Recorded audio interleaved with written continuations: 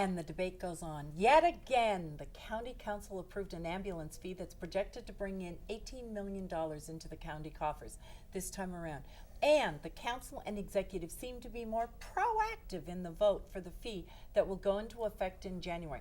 Mark, is it going to go to referendum this time? I expect it will, and I think that this reflects kind of an almost personal pique, that how dare the voters 2 years ago have voted that down, that they're going to come right back at it again and try again. And it's not the dollars as much as it is the principle of how dare they tell them how to run the county. Now, Cynthia, last time around, it sort of goes to what Mark is saying.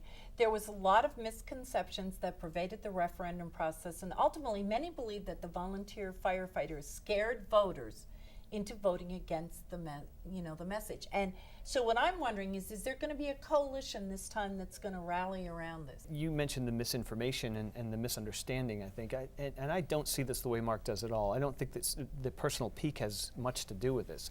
I think what it does have to do with is just understanding the issue and how the voters and the taxpayers are actually not going to pay this fee. It's going to come from the hide of the insurance companies, which last time I checked had pretty hefty profit margins, and they're already building it into the rates. Mm-hmm. So it's not like they're going to pass anything additional on. They already have. We're not getting any benefit from it.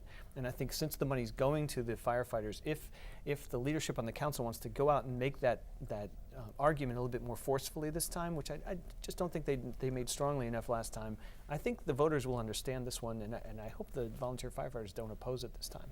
Doesn't a vote by the will of the people ever count? I mean, you can always argue the other side made arguments you don't like, but the people in the county voted. Why can't we respect that, whether we like it or not? All of our surrounding jurisdictions already have this fee, and they set their rates statewide. So it is absolutely true that they're already basing our rates on this fee being there in Prince George's and Frederick and all the other surrounding counties in DC.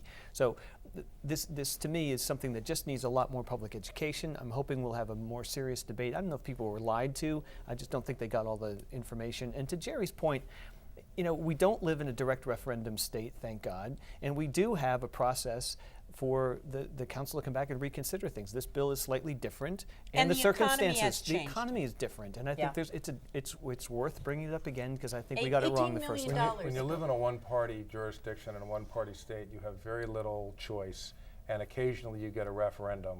But now that they have a referendum that our masters don't like, they get to turn it over.